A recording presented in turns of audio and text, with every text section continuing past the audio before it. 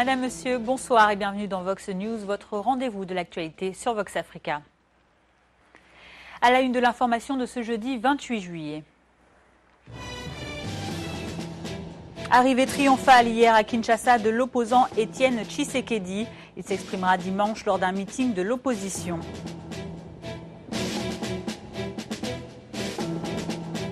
Appel à l'aide agricole d'urgence pour 10 pays d'Afrique australe. La FAO réclame plus de 715 milliards de francs CFA contre la sécheresse provoquée par El Niño. Et enfin, début ce jeudi des funérailles de l'ancien footballeur et entraîneur nigérian Stephen Keshi. Une messe a été donnée à Benin City.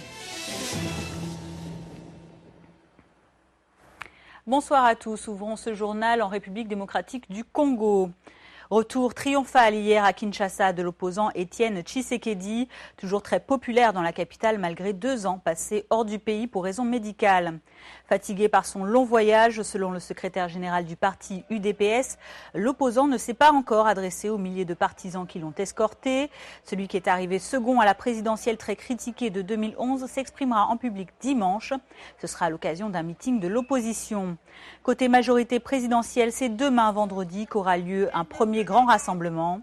Le retour d'Étienne Tshisekedi en République démocratique du Congo n'a pas réjoui que ses militants. Un autre opposant au président Joseph Kabila a exprimé sa joie sur les réseaux sociaux. Il s'agit du candidat à la prochaine présidentielle, Moïse Katumbi, actuellement à l'étranger.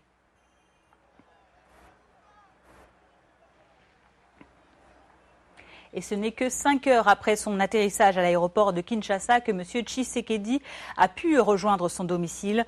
Dans les rangs de l'Union pour la démocratie et le progrès social, le retour de l'opposant, pourtant pas déclaré candidat pour la prochaine présidentielle, porte surtout les espoirs de la population lassée par son actuel chef d'État. L'UDPS propose une période de transition qui sera conjointement discutée, convenue.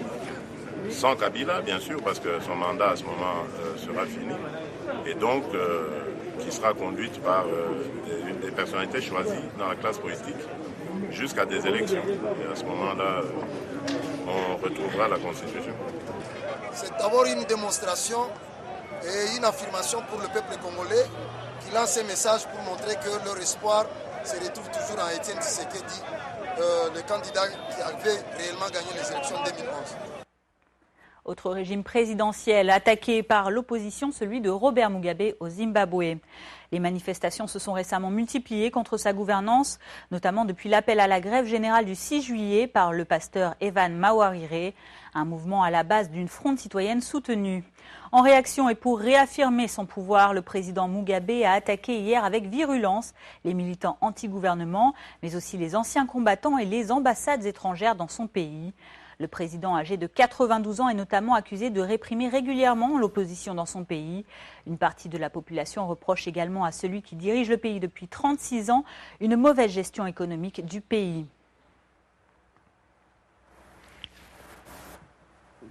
Et c'est dans un discours de 45 minutes que le président Robert Mugabe a tenu à défendre l'honneur de son parti, le ZANU-PF.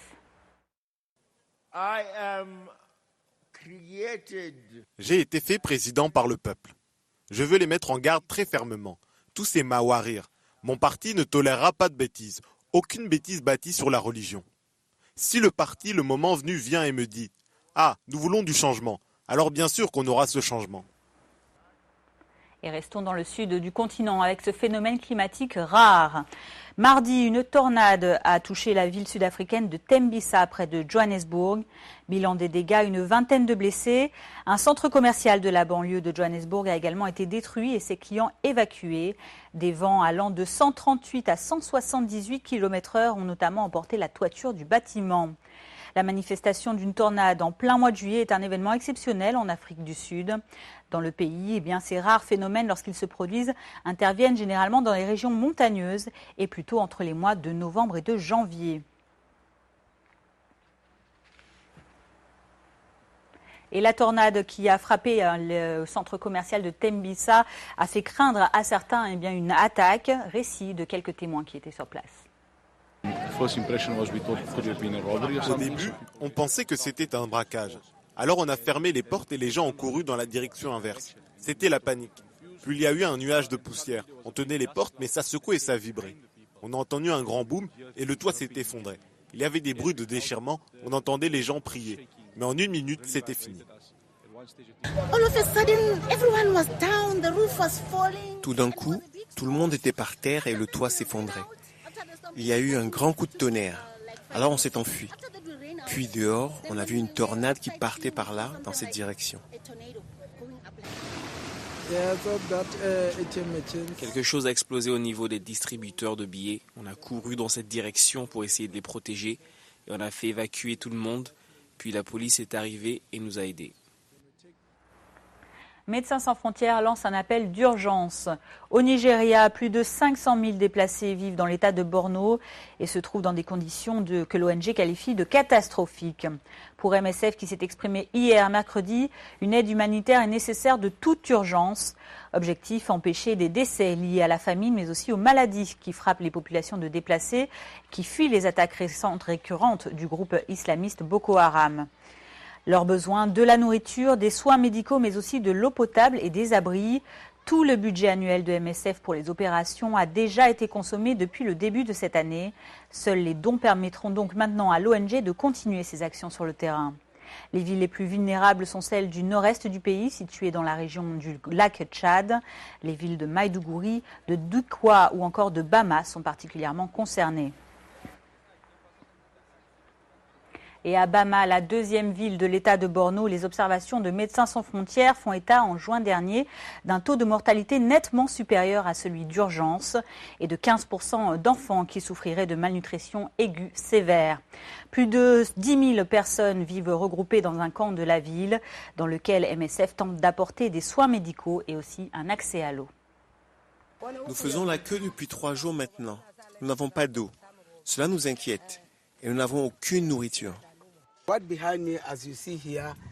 Juste derrière moi, c'est un cimetière où ils enterrent les morts. Dans la plupart des cas, ils meurent à cause de la faim et d'un manque d'eau associé à un manque de médicaments. Avec l'arrivée des ONG, maintenant les gens commencent à avoir de la nourriture, des médicaments et des soins, particulièrement un suivi psychosocial. Les enfants sont alimentés par les ONG. Le gouvernement de l'État contribue au logement aussi. Et autre cri de détresse, celui de la FAO concernant la sécheresse en Afrique australe. L'Organisation des Nations Unies pour l'alimentation et l'agriculture a réclamé dans un communiqué ce jeudi une aide agricole d'urgence. L'appel concerne 10 pays d'Afrique australe menacés de sécheresse à cause du phénomène climatique El Niño. Le plan d'intervention de la FAO devrait aider 23 millions de personnes au Lesotho, à Madagascar, au Malawi, au Mozambique, en Namibie, en Afrique du Sud, au Swaziland, en Tanzanie, en Zambie ainsi qu'au Zimbabwe. L'appel de fonds de la FAO fait suite à un appel humanitaire régional de la communauté de développement d'Afrique australe, lancé le 26 juillet dernier par le président du Botswana. Selon l'Organisation des Nations Unies pour l'alimentation et l'agriculture, les conséquences du phénomène climatique El Niño et les effets de la sécheresse devraient atteindre leur pic d'ici mars 2017. Et le besoin d'aide agricole est aussi urgent qu'important en termes de ressources. Pour les 7 pays prioritaires, la FAO estime avoir besoin d'1,2 milliard de dollars américains, soit plus de 715 milliards de francs CFA. La sécheresse précédente et l'actuelle ont réduit la capacité des agriculteurs de retourner à la terre, de planter et d'élever leurs animaux de la même façon qu'avant. Donc, nous envisageons une sécheresse qui s'ajoute à la sécheresse précédente et cela a réduit la capacité des agriculteurs à faire face. Nous avons un besoin urgent de produits agricoles pour la prochaine saison, à partir d'octobre dans de nombreux pays. Si nous n'obtenons pas ces produits de base, la prochaine récolte sera également compromise. Nous demandons 1,2 milliard de dollars américains pour l'urgence en Afrique australe, pour les 7 pays prioritaires. C'est beaucoup d'argent. Mais si nous ne mobilisons pas cet argent, les conséquences humanitaires de la sécheresse seront très graves. Au Cameroun, la première édition du Forum international sur la retraite dans la zone de la Conférence interafricaine de la prévoyance sociale s'est ouverte hier mercredi à Yaoundé. Pendant 3 jours, il s'agit d'examiner et de proposer des approches et des stratégies pertinentes de réforme des retraites dans la zone. Bernard Samael Pomme et Stéphane Noah ont suivi pour nous le début de ces travaux. Pour ce premier forum international sur la retraite des travailleurs, ils sont venus par délégation de nombreux pays africains et même de la France. Des pays africains qui font partie de la zone de la Conférence interafricaine de la prévoyance sociale, en abrégé CIPRES. Pendant 3 jours, les travaux sont axés sur des thèmes variés, tels que la problématique de la retraite complémentaire dans le cadre de la réforme des systèmes de retraite, ou encore l'extension des régimes de retraite aux populations non couvertes. Mais à l'ouverture, l'on a tout d'abord fait une revue diagnostique des régimes de retraite avec quelques données. Dans la zone CIPRES, l'âge de retraite varie selon les pays entre 46 et 60 ans et contrairement aux idées reçues, la retraite complémentaire y est bien effective, ont souligné certains exposants à cette rencontre des plus importantes. Ce premier forum vise plusieurs objectifs. Notamment, le premier concerne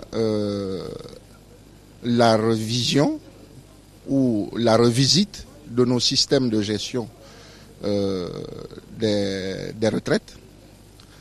C'est un régime aujourd'hui qui, 4 décennies après, présente quelques faiblesses ou quelques limites. Il convient donc de revisiter la manière dont il a été paramétré pour répondre au mieux aux récriminations que posent aujourd'hui les retraités. La zone CIPRES, c'est un ensemble de pays ayant des organismes étatiques de sécurité sociale, une 20aine affiliés. Alors ici, l'on vient aussi pour un partage d'expériences.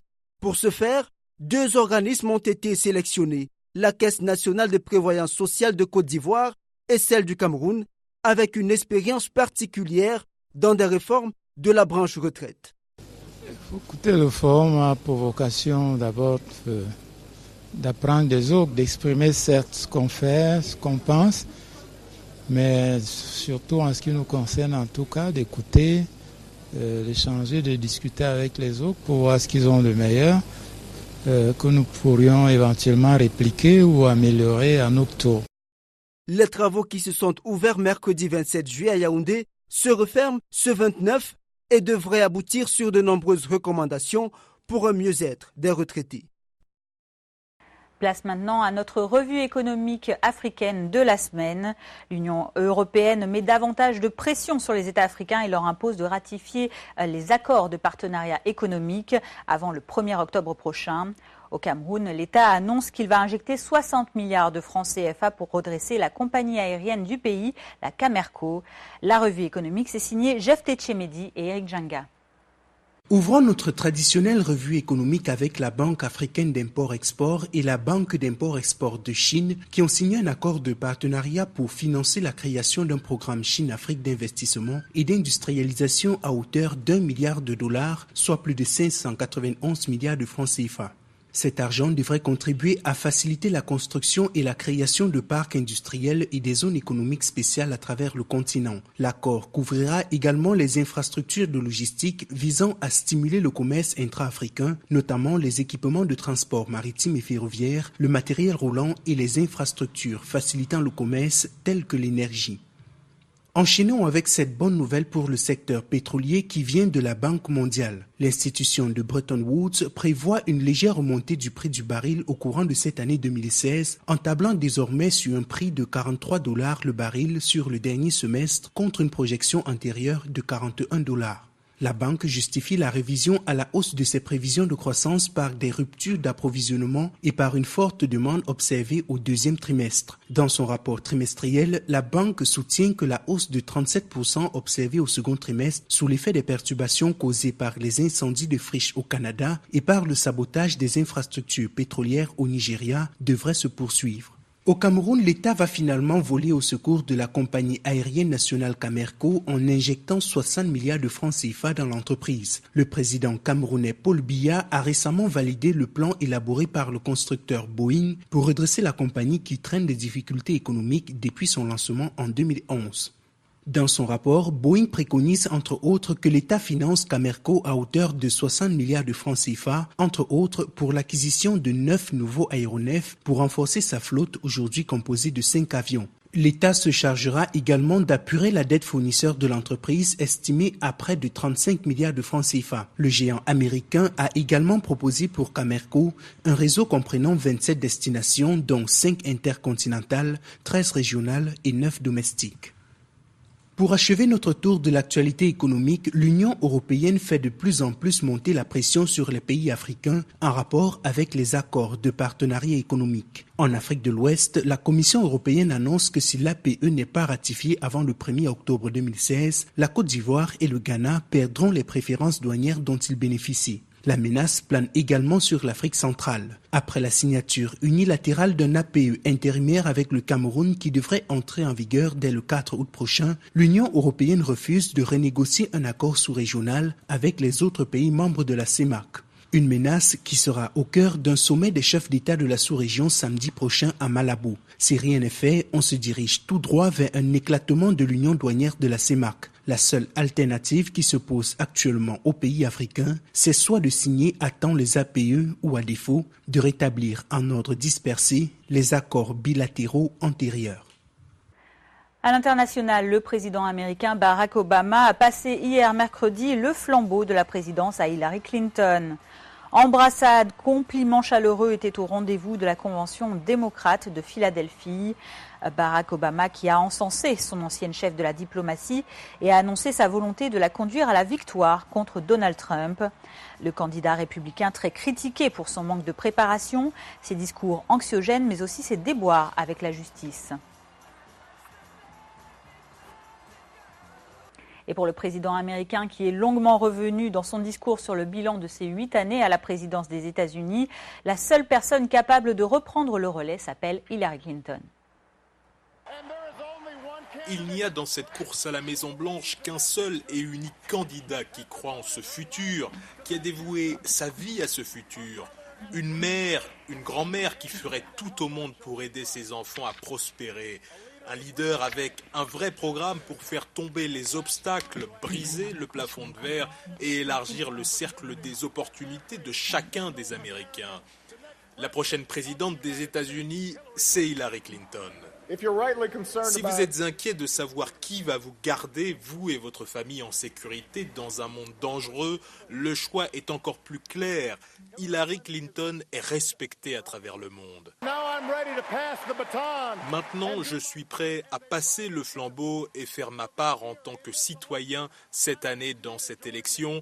Je vous demande de vous joindre à moi pour rejeter le cynisme et la peur et rassembler ce qu'il y a de meilleur en nous pour élire Hillary Clinton comme présidente des États-Unis et montrer au monde que nous croyons toujours en la promesse d'une grande nation. Et lors de cette convention démocrate de Philadelphie, les délégués du parti sont revenus sur le bilan présidentiel de Barack Obama, mais surtout sur l'héritage qu'il laissera aux Américains. L'héritage d'Obama sera d'avoir été le premier président afro-descendant élu et d'avoir été le premier à rencontrer tellement de défis insurmontables pour faire progresser le pays, parce qu'il savait qu'il ne pourrait pas obtenir la coopération du Sénat ou du Congrès. Il est aussi un exemple pour montrer aux gens comment un leader prudent, réfléchi va fonctionner. Il montre un exemple qui va rester longtemps. Je pense que plus on s'éloignera de ce temps qui a divisé l'Amérique politique, plus l'on sera reconnaissant de ce qu'il a accompli. Les Jeux Olympiques d'été débutent dans 8 jours au Brésil. Parmi les nations africaines qui participeront à l'événement, il y a la Somalie. Seuls 2 sportifs représenteront le pays au JO. Dans le stade de Banadir à Mogadiscio, Marianne Noumous et Mohamed Daoud Mohamed s'entraînent encore ardemment. Dans un climat sécuritaire très fragilisé par les attaques à répétition des islamistes Chebab, les 2 représentants de la Somalie espèrent donc que leur participation au JO redonnera le sourire à leurs compatriotes. Leur ambition va même plus loin. Marianne et Mohamed comptent rapporter des médailles en Somalie et faire renaître l'athlétisme dans ce pays, un pays star de la discipline dans les années 80, avant l'exil de nombreux de ces sportifs pour manque de structure d'entraînement. Et Mohamed a délaissé sa passion première pour le football pour se joindre à la course. Le Kenyan d'origine est aligné sur le 5000 mètres hommes. Quant à Marianne, elle courra le 400 mètres à Rio. L'athlète compte bien sûr son expérience pour briller au JO. Mon premier voyage à l'étranger pour des compétitions, c'était au Botswana en 2013. Puis les Jeux olympiques de la jeunesse en Chine en 2014 et le Congo-Brazzaville la même année. Et plus récemment, la Tanzanie en 2015. Et maintenant, je suis très contente de courir au JO 2016. Je vais commencer par courir le 400 mètres dès mon arrivée à Rio. Je représente la Somalie pour le 5000 mètres le 17 août et j'espère bien gagner une médaille. Dernier hommage au Big Boss. C'est ce jeudi au Nigeria qu'a commencé la procession funéraire de Stephen Keshi, l'ancien entraîneur emblématique de l'équipe nigériane de football. Le rite funéraire a débuté à Benin City, dans l'état d'Edo, avec une messe d'1 heure à l'église catholique de Saint-Paul. Elle a été suivie par l'exposition du corps au stade Samuel Ogbemudia, un stade où Stephen Keshi a joué de nombreux matchs. Décédé le 8 juin dernier d'une crise cardiaque à l'âge de 54 ans seulement, Stephen Keshi restera dans les mémoires pour avoir notamment remporté la Coupe d'Afrique des Nations en tant que joueur et entraîneur. Seuls 2 Africains ont jusqu'ici réussi cet exploit. Il a également qualifié l'équipe du Togo pour la Coupe du Monde en Allemagne en 2006. L'enterrement de Stephen Keshi se tiendra ce vendredi dans l'Elta du Delta.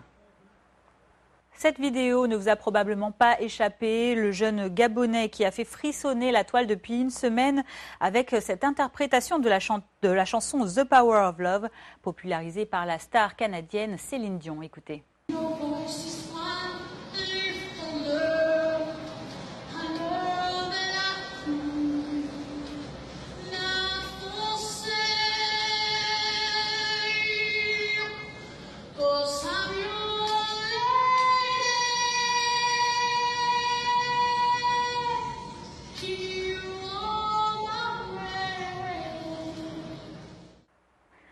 Cette prouesse vocale, c'est celle de Samuel Nziengi Moussoudou. Le jeune homme âgé de 17 ans a donné la chair de poule à près d'1 million de personnes qui ont vu et partagé sa vidéo sur Internet. Depuis sa prestation dans une cage d'escalier d'un immeuble de Libreville, Samuel a ému bien au-delà des frontières de son pays. Une amie de sa sœur qui croyait entendre un CD a été surprise de le voir interpréter cette chanson. Sa vidéo, envoyée ensuite à Barak Nyarimba, un blogueur gabonais influent, a fait le reste. Depuis, le jeune Samuel est très sollicité, notamment par un célèbre télécrochet à l'étranger. L'adolescent se dit amateur de musique douce et de chansons d'amour. Son rêve, rencontrer la chanteuse canadienne Céline Dion. Une possibilité puisque la star qui a partagé sa vidéo sur le net a salué son talent avant de déclarer qu'elle espérait pouvoir le rencontrer un jour. Et retour sur ce début de succès insolite avec l'entourage de Samuel, mais surtout avec le jeune prodige lui-même. Samuel, c'est un jeune garçon un peu timide, serviable, qui n'aime pas trop sortir. Il aime l'école, la maison, l'église, et il aime fréquenter un peu les voisins. Il aime chanter à l'escalier, il aime chanter de lundi au dimanche. Depuis petit, c'est mon rêve, chanter. C'est mon rêve depuis petit, de rencontrer aussi Céline Dion. Je n'ai pas l'habitude de ça. Moi, je me sentais bien quand je chantais à l'escalier. Et maintenant? Et maintenant, je suis maintenant connu. Les gens me reconnaissent même dans la rue. Et j'ai vu un engouement que j'ai rarement vu sur les réseaux sociaux, surtout en ce qui concerne des questions artistiques. D'habitude, c'est beaucoup plus sur des questions politiques, sur les droits de l'homme. On voit certains mouvements, surtout au Gabon. Voilà, c'est la fin de ce journal. Avant de nous quitter, voici le rappel des principaux titres développés ce soir. Arrivée triomphale hier à Kinshasa de l'opposant Étienne Tshisekedi. Il s'exprimera dimanche lors d'un meeting de l'opposition.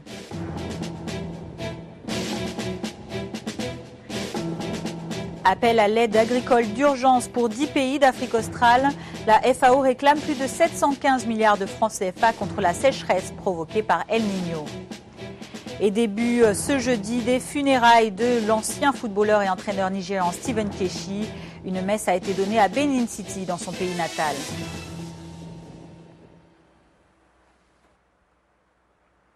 C'est la fin de cette édition. Merci à vous de l'avoir suivi. Si vous souhaitez contacter la rédaction de Vox News, il vous suffit de nous envoyer un email à newsdesk@voxafrica.com.